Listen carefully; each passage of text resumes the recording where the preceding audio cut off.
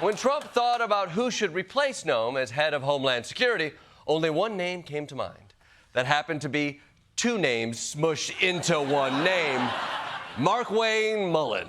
He had his confirmation hearing today, and some people were expecting fireworks because Markwayne has bad blood with committee chairman Rand Paul. In fact, you might remember that 10 years ago, Rand Paul got beat up by his neighbor when he was mowing the lawn.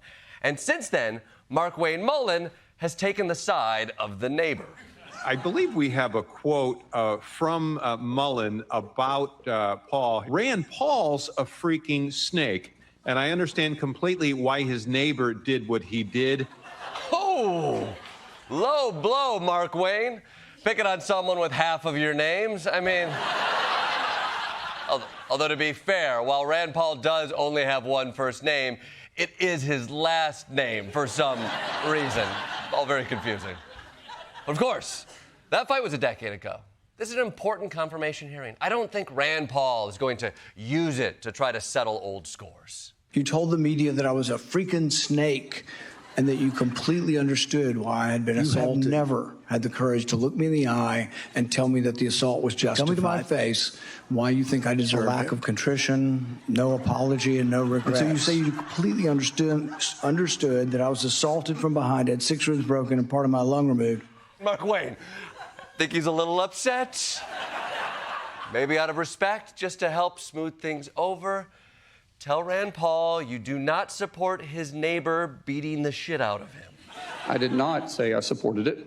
I said I understood it. There's a difference. Not helping, Markwayne! If your coworker says, I don't support cannibalism, but I understand it, you're not trying the shepherd's pie they're bringing to the potluck, okay? But look, Rand Paul was actually trying to get at a question about Markwayne's temperament.